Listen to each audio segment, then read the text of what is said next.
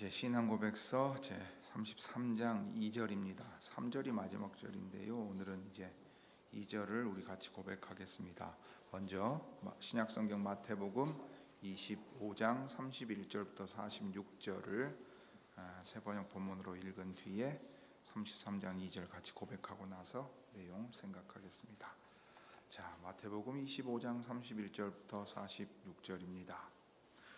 인자가 모든 천사와 더불어 영광에 둘러싸여서 올 때 그는 자기의 영광의 보좌에 앉을 것이다. 그는 모든 민족을 그의 앞에 불러 모아 목자가 양과 염소를 가르듯이 그들을 갈라서 양은 그의 오른쪽에 염소는 그의 왼쪽에 세울 것이다. 그때의 임금은 자기 오른쪽에 있는 사람들에게 말하기를 내 아버지께 복을 받은 사람들아 와서 창세 때로부터 너희를 위하여 준비한 이 나라를 차지하여라.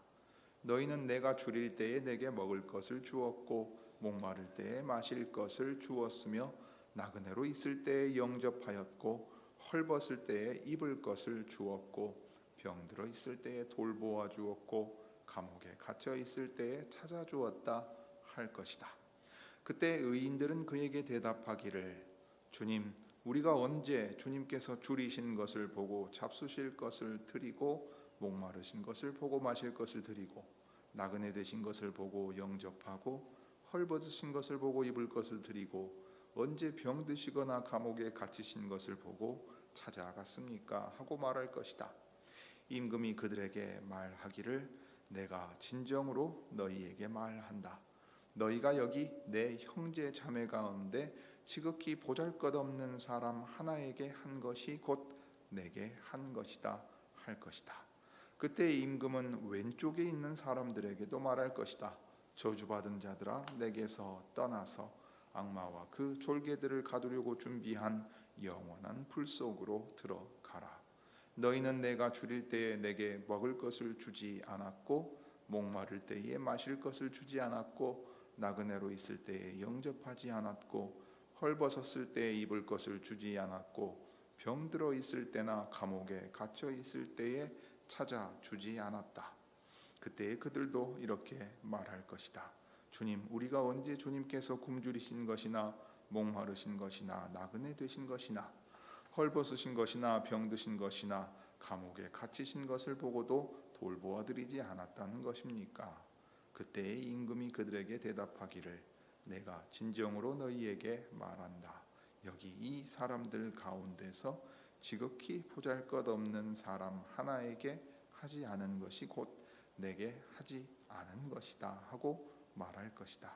그리하여 그들은 영원한 형벌로 들어가고 의인들은 영원한 생명으로 들어갈 것이다. 자, 이제 신앙고백서 33장 2절 우리 같이 고백하고 그 내용을 생각하겠습니다. 2절입니다.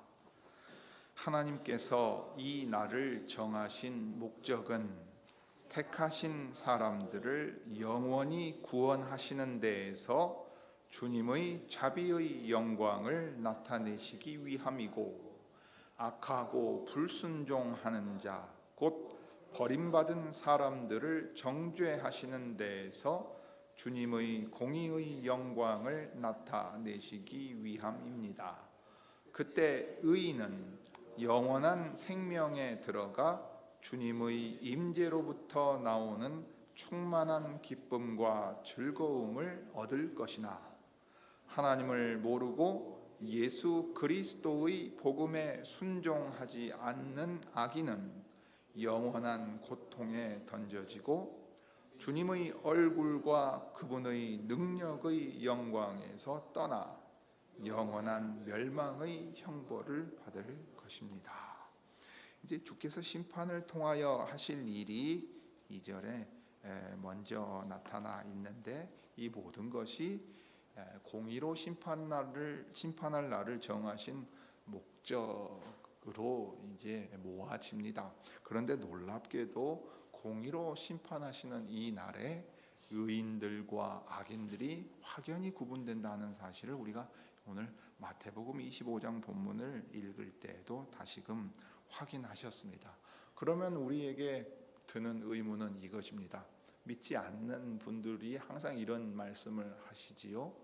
왜 하나님은 사랑이시라 하면서 어떤 이들은 저 영원한 지옥 형벌을 받도록 내버려 두시느냐 하는 겁니다. 어떻게 그분이 사랑의 하나님이라고 할 수 있느냐 하는 거예요.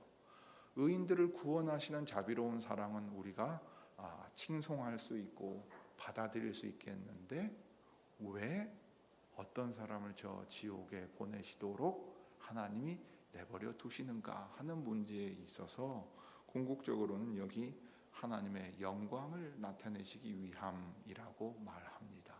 그러니까 자비로운 사랑을 통해 나타내시는 영광과 어미로운 심판을 통해서 나타내는 영광이 각각 구별되게 나타난다는 사실을 이제 우리 주님의 가르침을 따라 고백서는 분명하게 우리에게 들려줍니다. 자, 그러면 먼저 이제 심판을 통해 하실 일들을 생각해 볼 수 있습니다. 마태복음 25장에서 보듯이 양들은 성부께로부터 복을 받고 영원한 기업으로 인도함을 받습니다.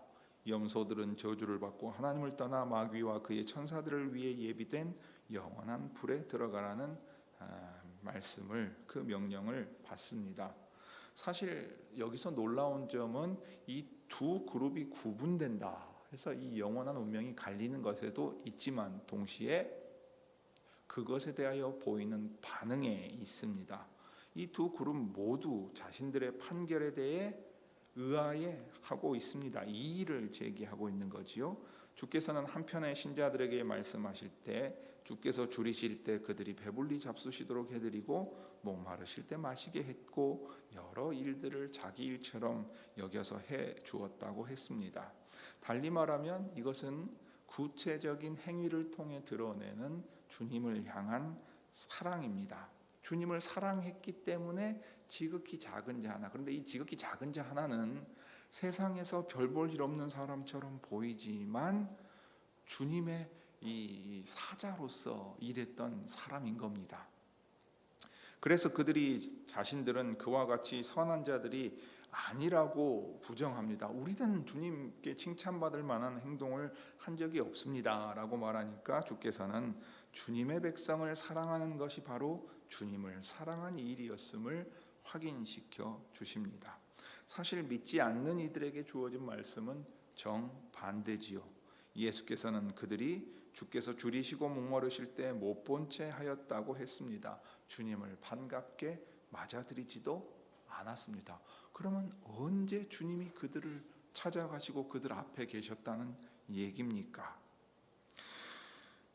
그들은 믿지 않는 이들은 결국 주님을 섬기지 않고 반갑게 맞아들이지 않았는데, 그런데 그들은 그런 경험이 없다고 당연히 반박하겠지요.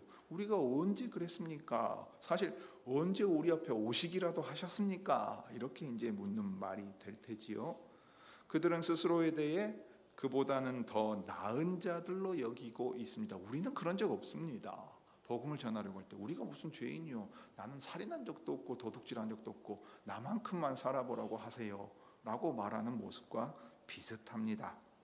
그렇지만 주께서는 주님의 백성을 멸시하는 것이 곧 주님을 멸시하는 것이었으므로 그들에 대한 판결을 확정하십니다.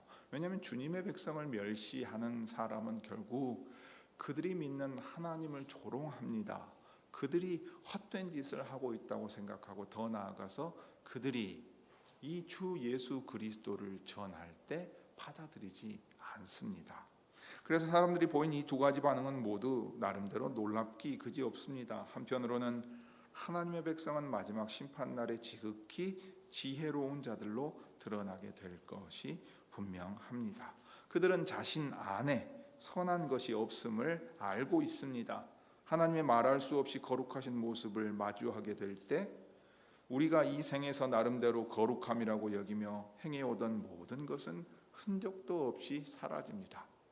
어느 누가 그리스도의 심판대 앞에서 고할 때에 주님 저 잘했지요?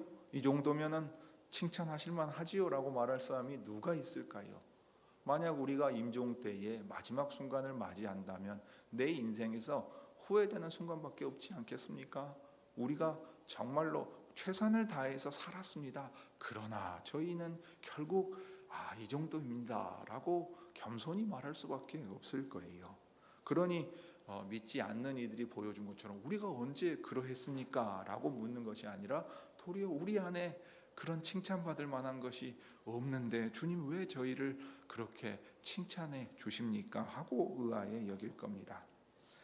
그리스도인들에게 이 마지막 날은 하나님의 은혜가 그들 앞에 온전히 드러나는 날, 곧 그들을 영원히 구원하시는 데에서 주님의 자비의 영광을 나타내시는 날입니다.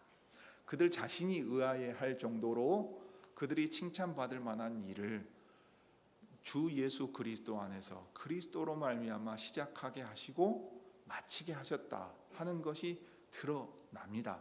그러니 누구보다 주인이 칭찬하고 있는 이 종들이야말로 이 주인이 얼마나 자비롭고 사랑이 가득한 분인가를 알고 더 크게 찬송하게 될 겁니다.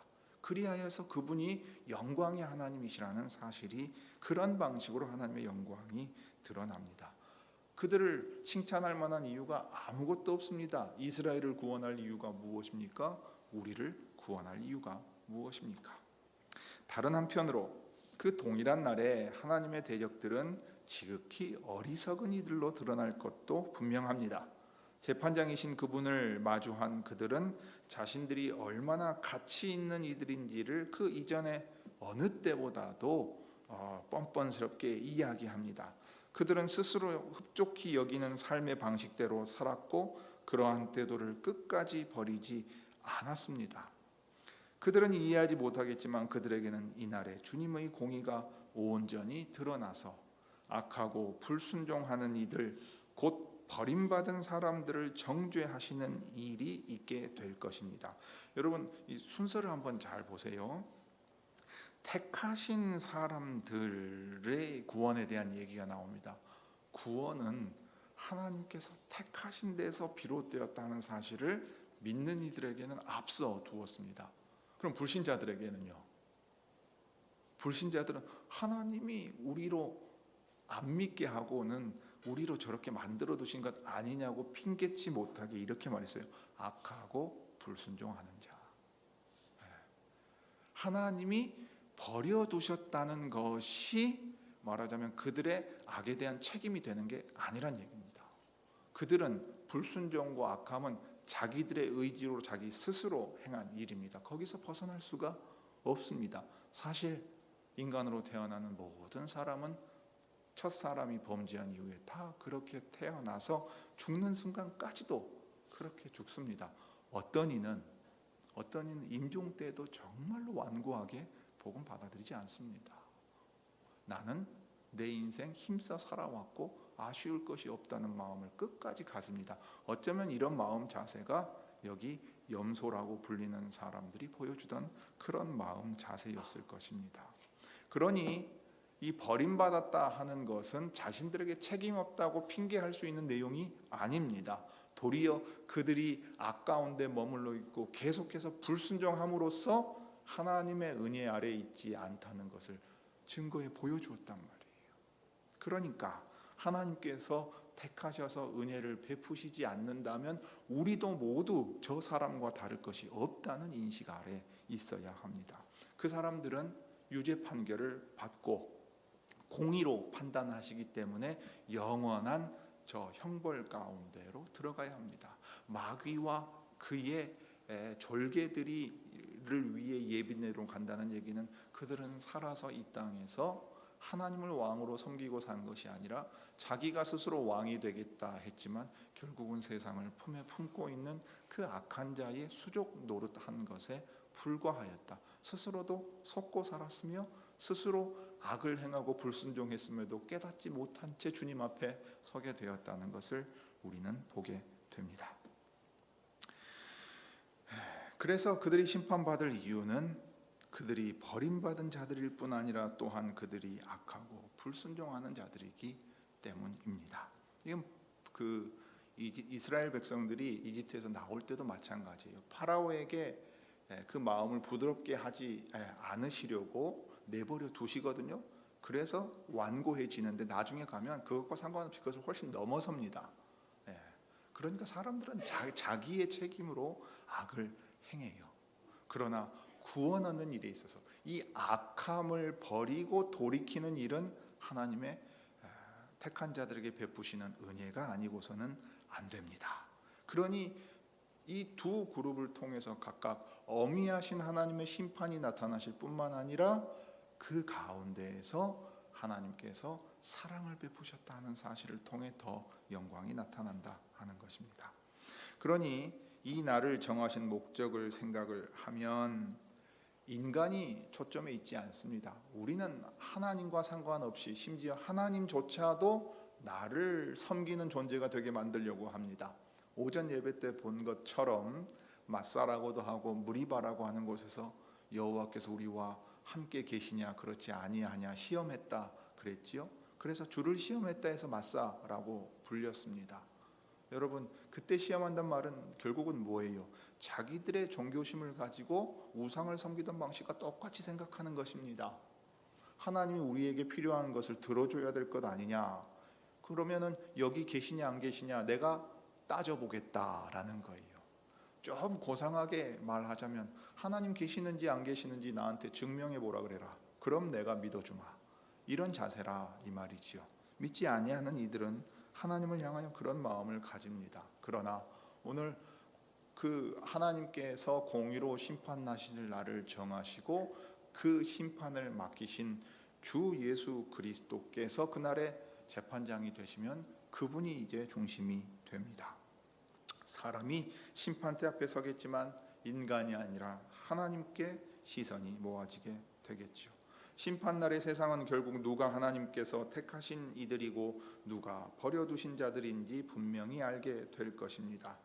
그러나 분명한 것은 그날의 제일 중요한 일은 하나님의 어떠하심이 그때 분명하게 드러난다는 것입니다. 사람들은 그분의 한결같은 자비로움과 참된 공의 가운데서 그분의 영광을 보게 될 것입니다. 이것이 하나님께서 이 날을 정하신 목적입니다. 그분의 자비로움과 공의의 영광스러움을 궁극적으로는 그분 자신의 영광을 그런 방식으로 나타내시려고 합니다. 이 심판에서 하나님의 자비하심은 더할 나위 없이 충분히 나타날 텐데 본래 멸망으로 작정된 자들을 오래 참으신 것으로 관용하신 데서 그 자비로움이 나타날 것입니다. 로마서 9장 22절과 23절을 세번역 본문으로 읽어보지요. 자, 9장 22절부터 23절을 잠깐만요. 읽어보지요. 하나님께서 하신 일도 마찬가지입니다. 하나님께서 진노하심을 보이시고 권능을 알리시기를 원하시면서도 멸망받게 되어 있는 진노의 대상들에 대하여 꾸준히 참으시면서 너그럽게 대해 주시고 영광을 받도록 예비하신 자비의 대상들에 대하여 자기의 풍성하신 영광을 알리시고자 하셨더라도 어떻다는 말입니까? 지금 이 내용입니다. 그러니까 어떤 사람은 버려두고 어떤 사람은 택하셨다라고 중립적인 자리에서 접근하지 않아요. 본래 어떻게 되어 있냐면 멸망받게 되어 있는 진노의 대상들의 모든 사람이 들어갑니다. 근데 그들 가운데 어떤 사람은 택하셔서 자비로운 사랑을 베푸심으로써 어미하실 뿐만 아니라 그것을 넘어서서 더욱 사랑을 풍성히 베풀어 주시는 하나님이시라는 사실을 나타내는 거예요. 사랑이 공의와 대비되는 게 아닙니다. 그 공의를 이루시는 방편을 지금 사랑이라 말하고 있어요. 그러니까 저 사람은 왜 사랑하지 않고 이 사람은 사랑했느냐라고 물으면 그 질문이 잘못되어 있는 거예요. 하나님의 진노와 미워하시는 존재들이었기 때문에 그대로 두셔도 아무렇지 않아요. 오히려 그것이 더 정의로운 일이고 공의로운 일이에요. 그런데 그들 가운데서 어떤 이들을 위하여 자기 아들을 대신 내어주시고 그 형벌을 지게 하시며 삼위 하나님께서 그들을 불러서 거룩하게 하시고 영광에 이르도록 하시는 일은 사람의 지혜로는 헤아릴 수 없는 놀라운 일이었던 것입니다. 자, 그래서 영광을 받기로 예비하신 바 긍휼의 그릇을 빚어오신 일에서도 그분의 자비하심을 보게 됩니다. 작은 일에 충성스럽게 한 그분의 착하고 충성된 종을 넘치도록 칭찬하고서 그에게 많은 것으로 맡기시고 주님의 즐거움에 참여하도록 하시는 데서도 그것을 보게 됩니다.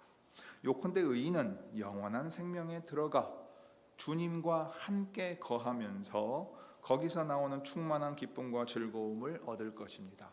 언약이 결국 뭐냐면 주님을 마주하면서 계속 함께 살아가기 위해서 맺는 관계예요. 그래서 얼굴이 나옵니다. 대면한다고 말. 진짜 히브리 말로 문자 그래도 얼굴이에요. 임재라는 것은 주님의 얼굴을 보는 겁니다. 어떻게 해서 얼굴을 봐요? 내가 있는 곳에 왔잖아요. 마주하잖아요. 그러면 여러분 우리가 이게 잘 표현하는 거 있어요. 이 배신 믿음을 저버리고 갈라서는 거 그건 어떻게 되죠? 믿음을 저버리는데 등 돌린다 그러죠. 등 돌린다고. 마주하고 있는데 반대로 돌아서면 어떻게 돼요? 등을 돌리는 거잖아요. 관계가 깨지잖아요. 지금 언약 관계가 딱 그겁니다. 그러니까 창조 때부터 우리 주님이 새 하늘과 새 땅 새 예루살렘 가운데 당신의 영광으로 임하셔서 자기 백성과 영원토록 함께 하시는 그 일은 자기 백성을 얼굴을 마주하고 자기 백성이 더 이상 등을 돌릴 일 없게 하나님께서 완전히 변화시켜 주십니다. 그러니 주님 계시는 곳에 우리도 항상 있어서 항상 이 기쁨과 즐거움으로 가득 차 있고 하나님이 어떤 분이신지를 점점 더 알아가니까 그 찬송도 계속해서 더 커져 가게 됩니다. 이 심판에서 하나님의 공의 또한 드러나고 이 엄숙한 광경을 모든 사람들이 보게 될 것입니다. 고집과 회개치 아니한 마음을 가진 사람들은 하나님의 의로우신 판단이 나타나는 그날에 임할 진노를 쌓아두고 있습니다. 그들 각 사람은 그 행한 대로 심판을 받을 것입니다. 그들은 멸하기로 준비된 자들로서 하나님의 진노가 그들에게 나타날 것입니다. 그들은 주 예수께서 저희의 능력의 천사들과 함께 하늘로부터 불꽃 중에 나타나실 때에 하나님을 모르는 자들과 우리 주 예수의 복음을 복종치 않는 자들에게 형벌을 주실 그날을 두려워하여야 할 것입니다. 데살로니가후서 새 번역은 이렇게 번역했죠. 주님 앞과 주님의 권능의 영광에서 떨어져 나가서 영원히 멸망하는 형벌을 받을 것이다 하고 했어요. 의로운 이들은 하나님의 거룩한 존전으로 나아가는 복을 누릴 때 악인들은 그분의 존전에서 떨어져 나가는 저주를 받습니다. 이런 자들이 주의 얼굴과 그의 힘의 영광을 떠나 영원한 멸망의 형벌을 받는다. 방금 새 번역 본문을 읽었던 그 번역 그대로이지요. 심판하시는 그날은 무엇보다 주님에 대해 선포가 이루어지는 날입니다. 그러나 그날을 생각할 때 그리스도인들은 저 봐라 악인들 드디어 심판받는다. 하나님 이때를 기다렸습니다. 그런 마음으로만 있지 않겠지요. 여러분 어떤 마음으로 있어야 되겠습니까? 아직 회개하지 않는 이들에게 다가가 시급하게 대화를 나누어야 하겠지요. 우리도 저들과 같이 하나님을 거부하고 인정하지 않고 고집스럽고 완고하며 악하게 살아왔는데 우리를 향해 돌이키도록 은혜를 주신 그분의 사랑이 당신을 향해서도 부어지기를 구한다 하는 마음이 있어야 합니다. 그러니 이 세상은 그저 저주받아 멸망받을 세상이 아니라 우리 주님이 오래 참고 기다리시면서 부르시는 세상이어야 한다는 거예요. 성경에서는 신자들에게 임할 영원한 영광의 상태와 또한 잃어버린 이들에게 임할 영원한 두려움의 상태를 전제로 모든 불신자들을 향하여 분명하고도 강력하게 명령합니다. 사도행전 3장의 사도들을 통하여 이렇게 말하지요. 그러므로 너희가 회개하고 돌이켜 죄 없이 함을 받으라. 우리로 먼저 이 은혜에 참여하게 하신 것은 이 은혜에 풍성하신 하나님을 자랑하고 전하라 하심입니다. 우리가 그것을 잘 기억할 수 있기를 바랍니다. 기도하시죠.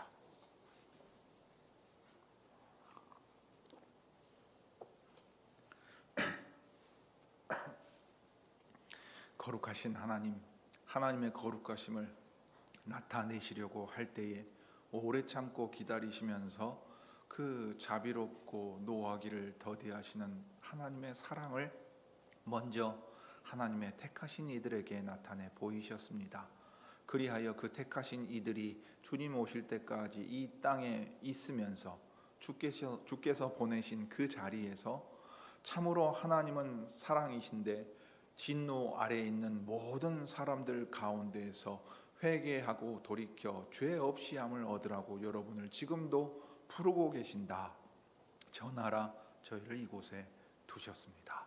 그러므로 세상을 그저 하나님의 진노 아래서 없어져 버릴 것이라고 어서 빨리 주님 다시 오시라고만 저희가 기도하는 것이 아니라 주님 저희가 이 땅에 사는 동안 하나님의 자비로운 사랑을 받은 자답게 그 사랑으로 이 사랑을 모르는 이들에게, 이 사랑을 거부하는 이들에게 하나님의 복음을 전하고 복음으로 말미암는 풍성한 삶이 무엇인지를 나타내 보일 수 있도록 저희를 사용하여 주시기를 구합니다. 주님 그리하여서 주님 오셔서 심판하실 그 날이 두려움에 떨 날이 되는 것이 아니라 간절히 고대하는 날이자 동시에 참으로 하나님의 어미하심이 나타나서 하나님의 그 능력이 나타나는 영광을 보게 될 것을 저희로 기억하게 하옵소서. 또한 자비에 풍성하신 하나님께서 지금도 택하신 사람들을 부르고 계시오니 이 땅에 있는 저희들을 쓰셔서 그 사람들을 날마다 구원 얻는 자들을 이곳 구원 얻은 이들이 주님의 교회다운 모습을 지니고서 주님을 섬기며 살아가는 자리로 불러 주시기를 구합니다. 주 예수님의 이름으로 기도드립니다.